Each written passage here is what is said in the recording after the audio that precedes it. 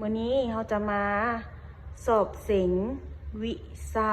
หัดแต่งภาคเรียนที่1ศกเรียน2011-2012เนาะห้องชั้นป .1 อย่าลืมเขียนชื่อของตัวเองใส่นำเด้อตรวจเบิงโอเคเราจะมีเวลาอยู่60นาทีอ่ะโอเคเป็นเสาอินไห้อยู่ห้องตัวนเริ่มเลยฟอเฟิร์ที่1เฟิร์มิสเอฟฟอเฟิร์สดีเฟิร์ดันนี้ข้อออกพอโมเมนหอหูหอผิดมีกวางเสาเสือสออุ้ยสอ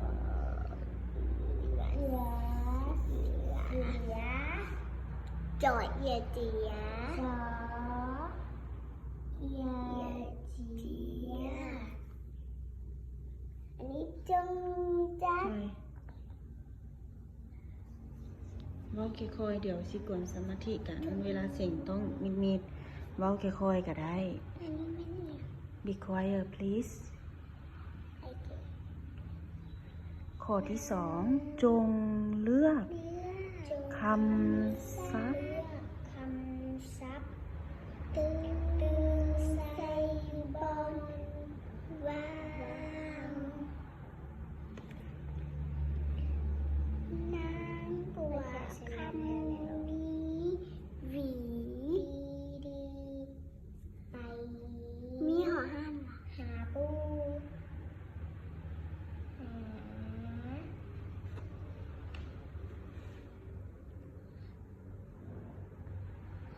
ดีไปหาพ่อไปหาดี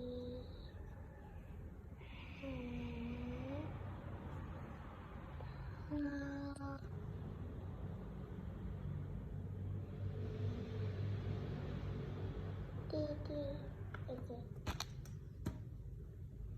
ไปดีเสือไล่ไปหาเสือไล่มาแต่นะเฮาขี่เหือเฮาชื่อเสือเอือ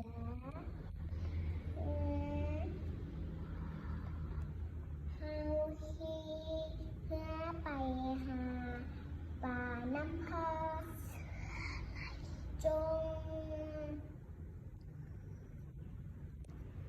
จงสการจงยี่หยัง จงจัดจงจัด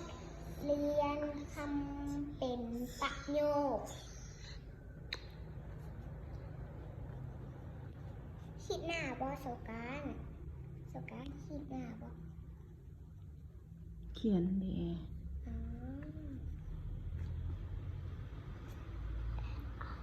อู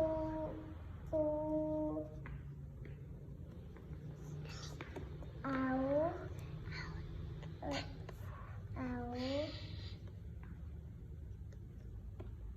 ตะ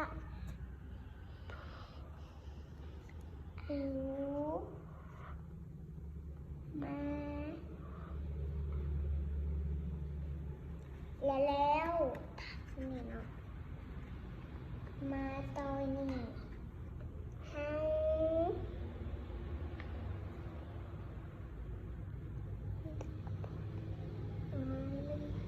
จำเม็ด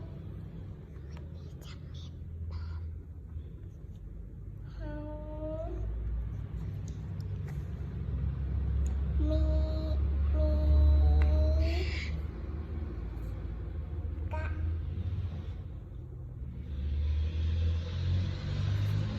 เป๋า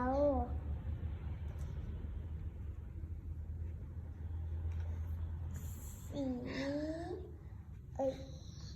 แมนอย่างลึกจ้อยลึกใส่นี่เนาะ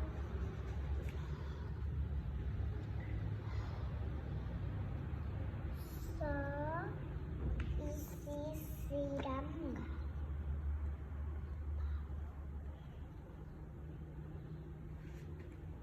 กา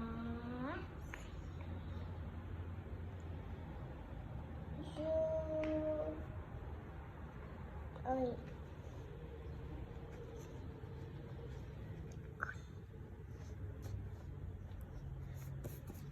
กายูกาชูไม่ very good very good พอซื้อพอซื้อเสื้อ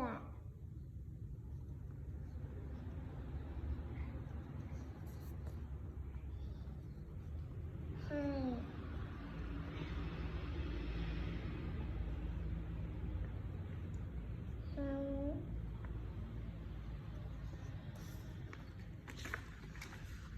อันนี้อีก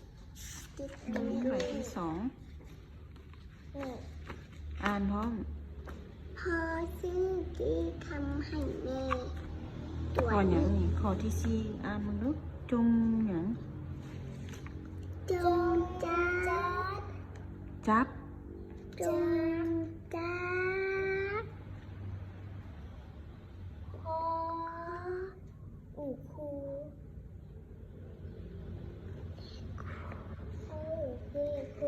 ครูภาพใส่กับปะโย อือหือขอสี่เนาะจงจับคู่รูปภาพใส่กับประโยค แมนแล้วพอซื้อที่คำให้ ถึงว่าขีดไปเทือละขันเอาก็ได้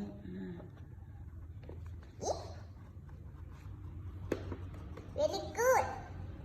แปลว่าเก่งชิ้นสองเนาะ ใส่ขีดลงไปขีดลงไปนิดนึง แม่และจิมาแต่ตลาดตัวนี้แม่และจิมาแต่ตลาดตัวนี้เลยที่ลูกศรใส่พร้อมแม่นบอกยายยังยอยอยู่นะตัวสุดท้ายยังจอยอยู่นะตรงนี้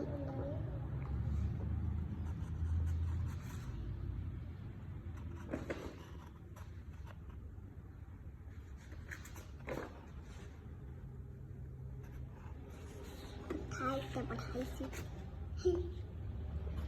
พ่อและแม่ไปนะแต่เศร้าตัวสุดท้ายนี่แม่ถึงดูนี่ จ้าบอ แล้วนี่ โอเคดึงกดเลย มาปวดเบิ่งเด้อ ลงมัน นะเฟือหัวเสือเจีย โอเค ไปแล้วอันนี้พอซื้อที่ทำให้แม่ปวด ของนางสนใจถ่ายแล้ว น้ำหนักใจ ถ่ายนางสนจิตเพิ่ง เ